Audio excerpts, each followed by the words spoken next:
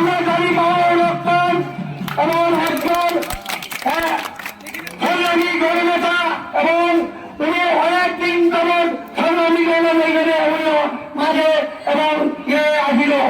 ভাইয়েরা আমার আরেকটি কথা, মাহবুব রহমান সব কিন্তু আমরা চাঁদাবাজি এবং দুর্নীতি এই ধরনের নির্যাতন আমরা এই সুনামের নির্যাতন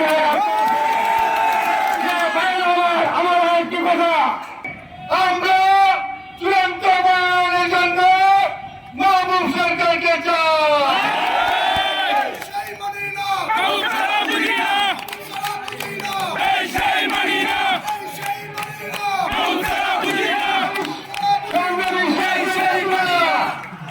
আমরা প্রমাণ করে দিয়েছেন যে মাহবুব সরকার ব্যতীত আমরা মানি না।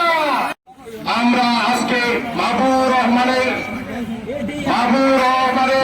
মহিলার পুনর্বিবেচনা করার জন্য আজকে আমরা যে হাজার হাজার মানুষ মিছিল করেছি, সেই ধানের শীষের জন্য বেগম জিয়ার ধানের শেষ, তারেক রহমানের ধানের শেষ, মাহবুব রহমানের ধানের শেষ।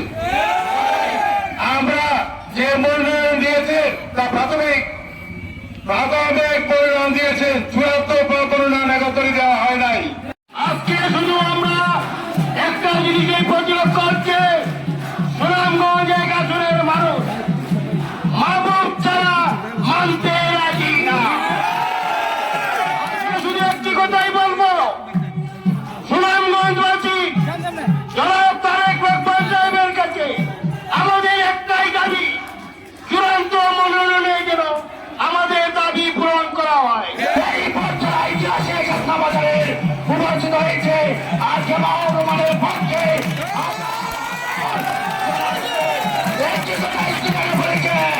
আমরা মাহবুব সরকার ছাড়া মানি না।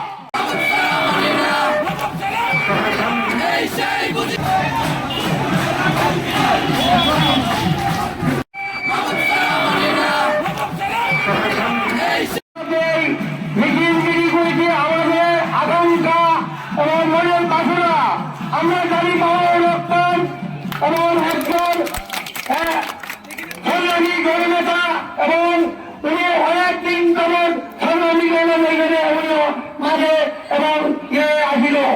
ভাইয়েরা আমার আরেকটি কথা, মাহবুব রহমান সব কিন্তু আমরা চাঁদাবাজি এবং দুর্নীতি এই ধরনের নির্যাতন আমরা এই সুনামের নির্যাতন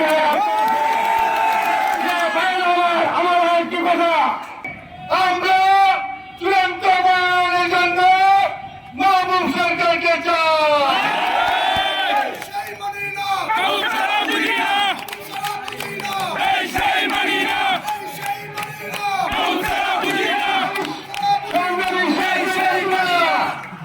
আমরা প্রমাণ করে দিয়েছেন যে মাহবুব সরকার ব্যতীত আমরা মানি না। আমরা আজকে মাহবুব রহমানের মহিলার পুনর্বিবেচনা করার জন্য আজকে আমরা যে হাজার হাজার মানুষ মিছিল করেছি, সেই ধানের শীষের জন্য বেগম জিয়ার ধানের শেষ, তারেক রহমানের ধানের শেষ, মাহবুব রহমানের ধানের শেষ।